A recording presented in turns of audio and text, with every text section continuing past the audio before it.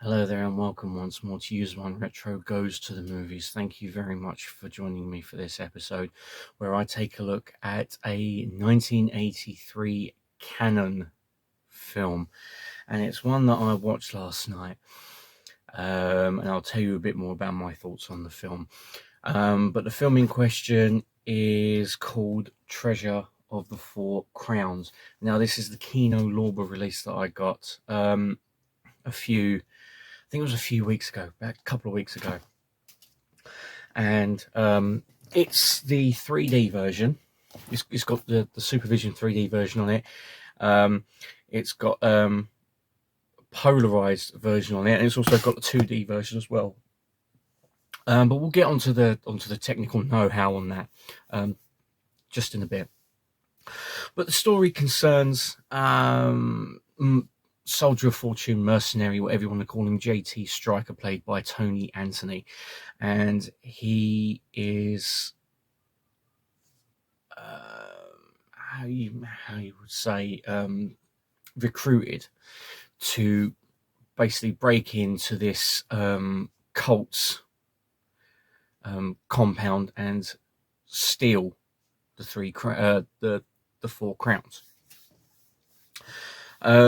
At the start of the film, he goes to this castle, this keep, and he finds this key with which to open up the first crown, which this clandestine company, or museum, I suppose, who are like the forces of good, already have the first crown in their possession. And so opening it up reveals a scroll and basically tells them about the crowns are basically of good and evil. And so he goes to recruit three of his friends to go and help him along the way. You've got Socrates, the strong man.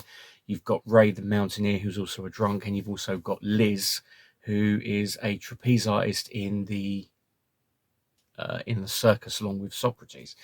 And you've also got the company man who goes along with them. Now, what can I say about the film? I'm still processing it now. I watched it very late last night, and it's a weird one. I still can't get my head around it. The 3D is done so haphazardly, but then what would you expect from a Canon film? You know, there are some parts where the 3D is really good, very, very good, especially the anaglyphic 3D, like the red and cyan. I mean, I don't know if it was the glasses that I had, because I had to purchase third-party glasses. They're only a couple of quid. They were like the plastic ones. You're supposed to get the paper ones or the cardboard ones with this, but I didn't get a pair with it because I bought it secondhand. So, as I say, I had to get a pair of plastic keep ones. And I don't know if it was them or if it was just badly done 3D. I don't know. But there's one scene where you've got a dog looking at the camera and it's barking, going, "Whoa, whoa, whoa, whoa, whoa," at the very beginning, and that was done very, very well. There were a few other scenes as well which were done really, really well with like the 3D, but there were others where there was like a very bad ghosting effect, so it wasn't lined up properly. The print itself, parts of it were very clean. There were parts that had really bad dirt on the screen, and it was very, very noticeable. Very, very noticeable indeed. So it looks as though the restoration wasn't in place as a huge success. I mean, there's a part at the beginning of the film where you've got some black streaks down the screen. Well, they weren't black, they were kind of like browny, like light browny color, but they were there, you know, so it wasn't fully restored, you know. But the main thing is with the film itself. Now, there is going to be some spoilers in this. I mean, I know it's a film from 1983. So, I mean, obviously, if you were like me and you haven't seen it, then I'd suggest stopping this video and going to watch it and then coming back, because there will be spoilers. If you have seen it, please continue. But it's basically, to start off with, there isn't 4 crowns, there's only 3. There's 1 in the museum and there's 2 in the cult's keep. You know, so it should have really been treasure of the 3 crowns, not 4. That's a big, that's a big plot hole, unless the first crown was the key. I don't know, but the thing is, the key was in a scepter that you had to press the sides in to pop the key out and that. The other thing is that in certain parts of the film, the key goes absolutely bananas. It literally takes on a life of its own. Things start exploding, like coffee pots. Coffee pots exploding? Really? I don't know. Windows breaking and stuff like that. I mean, I'm maybe looking too much into it, but I mean, I know it's supposed to be like just an adventure film, but I would have expected it to be grounded in some kind of reality. I mean, as I say, like exploding coffee pots with flames and stuff. I would have expected smoke at least, because obviously coffee and, and I don't know, most of it just really didn't make much sense. Basically, you could tell some of the things coming. I mean, it's like when he recruits Socrates, the strong man from the circus, and he's sitting down, he's packing his stuff. You've got another clown, like one of his friends. He turns around and says, "So have you told him about your heart?" And you're thinking, "Yep, he's going to die later. He's going to die of a massive heart attack." You can see it coming. It wasn't very well, thought out. So, she should turn around and said, "Well, I've been given pills, to help my heart. So I'll be fine. I'll be fine." And you should see him taking the pills every so often. And then, maybe then it's like, maybe he will live. And then obviously the pills don't work. Boom, he goes.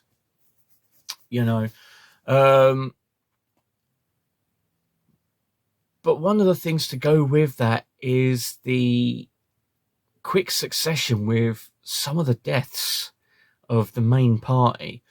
I mean, first off, as I say, spoilers, if, again,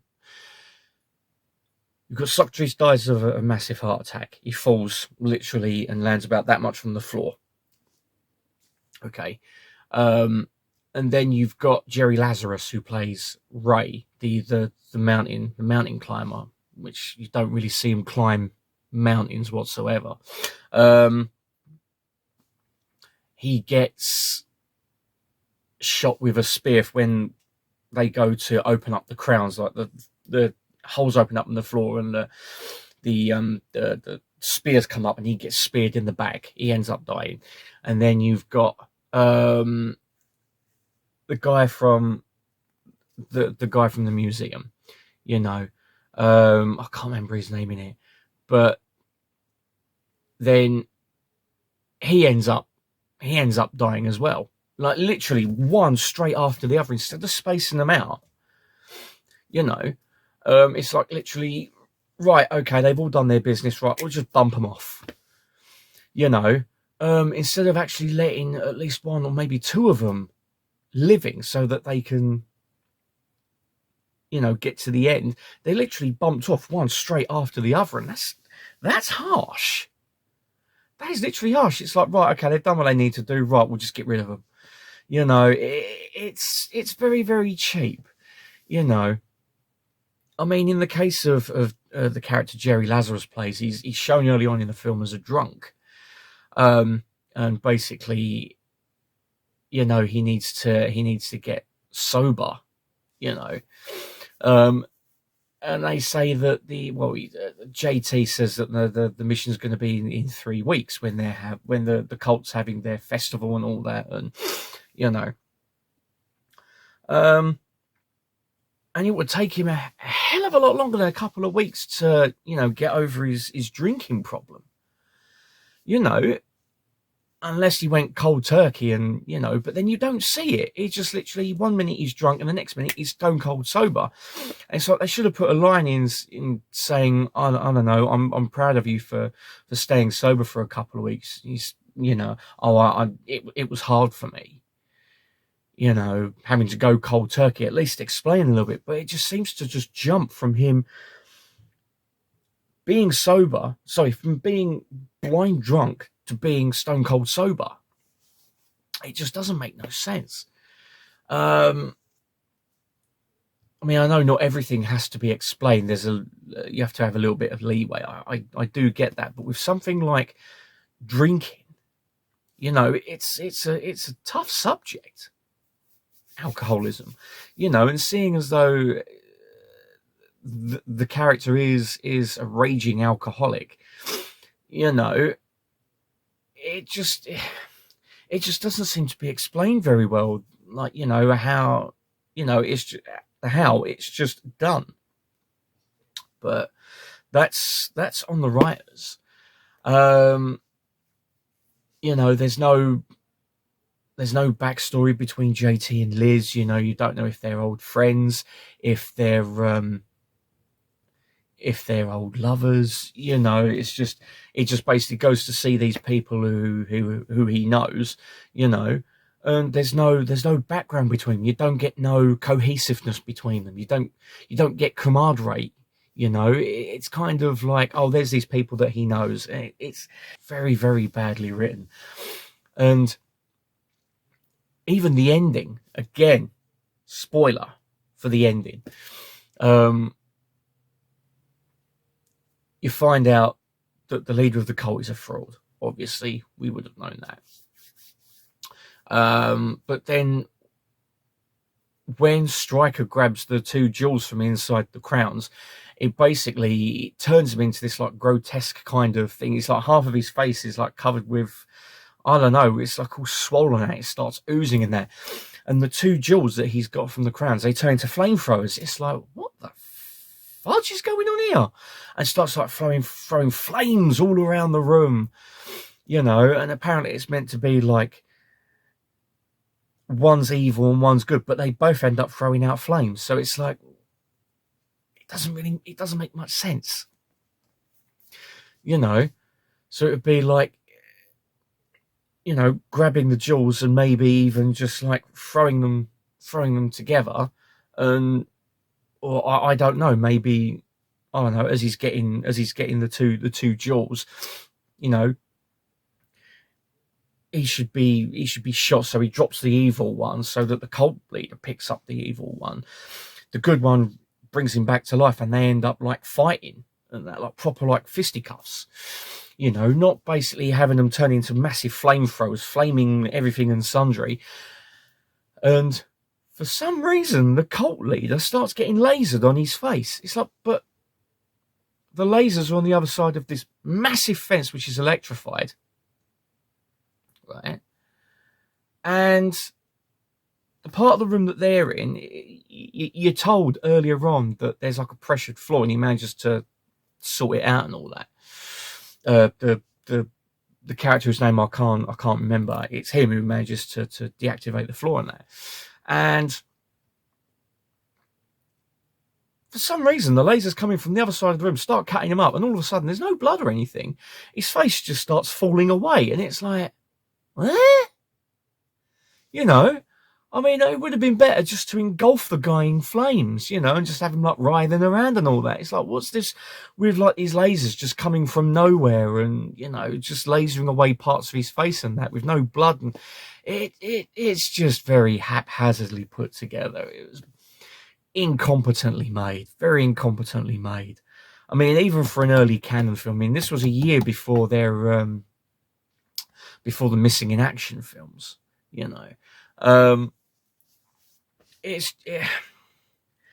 as I say, I'm still trying to get my head around it. I mean, as I say, to me, it's just very, very poorly made. I mean, there were some parts that were, well, actually, no, there wasn't any parts that were really good.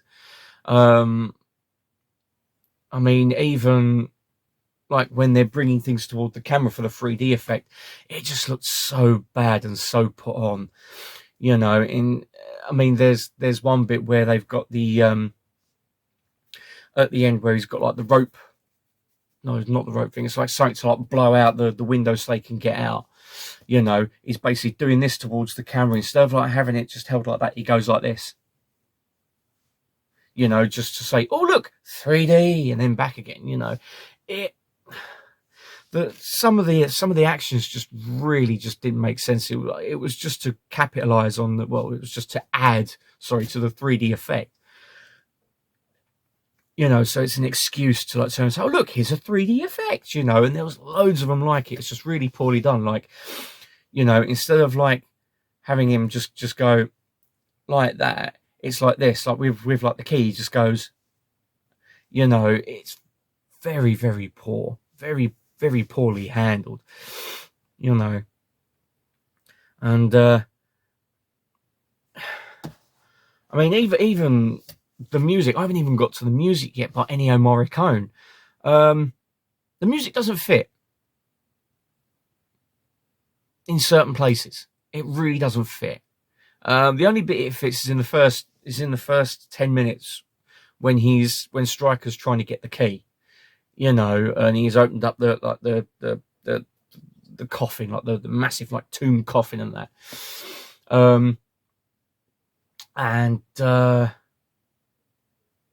He as he's like walking over, you've got like the music starts playing, and it's like, that's actually very cool, that music.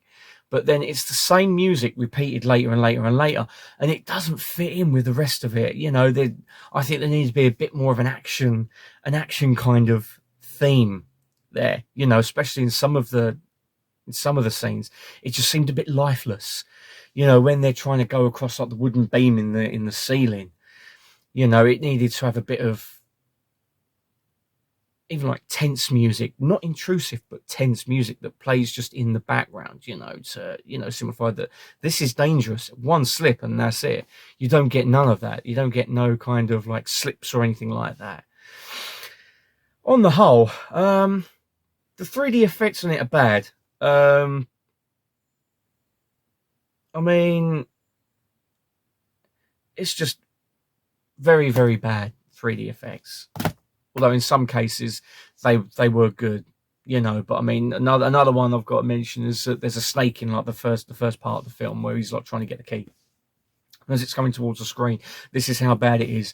It's like, instead of the snake actually meeting up and then coming towards you like that, it's like you've got the cyan off that side, red gun off that side, and it's like they're just going, what? So it's like, what? Instead of it coming straight at you, going, whoa, you're going, huh? It's just bad. It's just really bad. You know, it's one of those films that's hilariously bad, you know. But then what would you expect? What else would you expect from the Canon group? You know, some of their films are hilariously bad, but then when they got it right, like Breaking, Invasion USA, Missing in Action, and I suppose to some extent Cyborg as well. And, you know, when they got it right, they got it right. But when they got it wrong, it was hilariously wrong. And this is hilariously wrong. The 3D doesn't work. It's poorly made. It's badly written. Would I recommend Treasure of the Three Crowns? That's a hard one. That's a hard one. I'd say it's worth at least one watch just to see what you think of it. Other than that, I would probably say avoid it. I mean, the only reason I got it is because I was interested to see it, because the front cover makes it look amazing.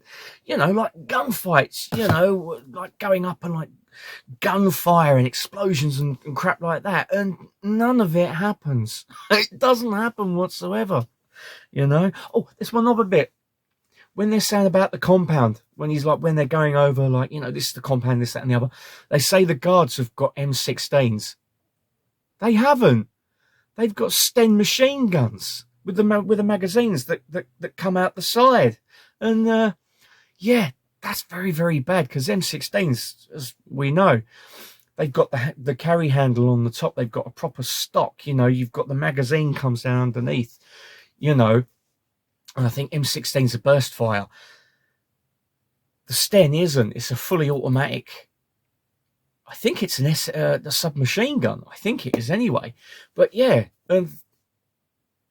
yeah, that's a hilariously glaring error.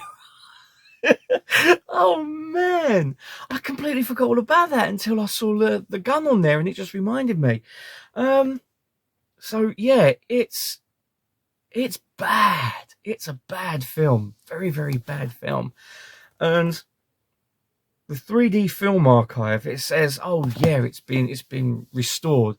As I say, that some parts of the print were terrible, but I suppose they could only do what they could do. You know, there's like places where there's like, say, like when Striker's on screen, there's one part I think where there's like a big patch right there, you know, like a big mark there, and it's on some of the like 3D scenes and that. But yeah, I mean, as I say, if you wanna go ahead and try and watch it, I don't know where it's streaming, but the Kino Lorber version, I think this cost me about 17 quid.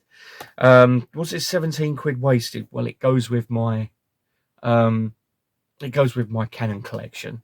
So on one side it isn't wasted, but then on the other side, no, I'd say it's not wasted, because it's just hilariously bad. If you want something that is so bad that you can actually laugh at how bad it is, or just sit there in just utter confusion and go, eh? What? Then, you know, it's, you know, give it a try. I mean, just don't expect Laurence Olivier style acting. Don't expect Oscar winning performances.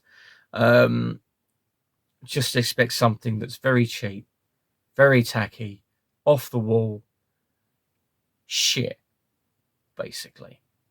Absolute shit. What else can I say? It's yeah. It really is. It's poor. Oh man. Anyway, that's it for this look at the epic treasure of 4 Crowns. I hope you enjoyed the video. I hope, you know, it's intrigued you to go and visit this weird ass film that doesn't make any sense whatsoever in any parts. You know, it's, yeah. Anyway, thank you very much for watching. I hope you've enjoyed it as much as I have talking about it. Take care of yourselves, look after each other, stay well, and I'll see you in the next episode. So until then, this is User1 Retro signing off, saying goodbye for now.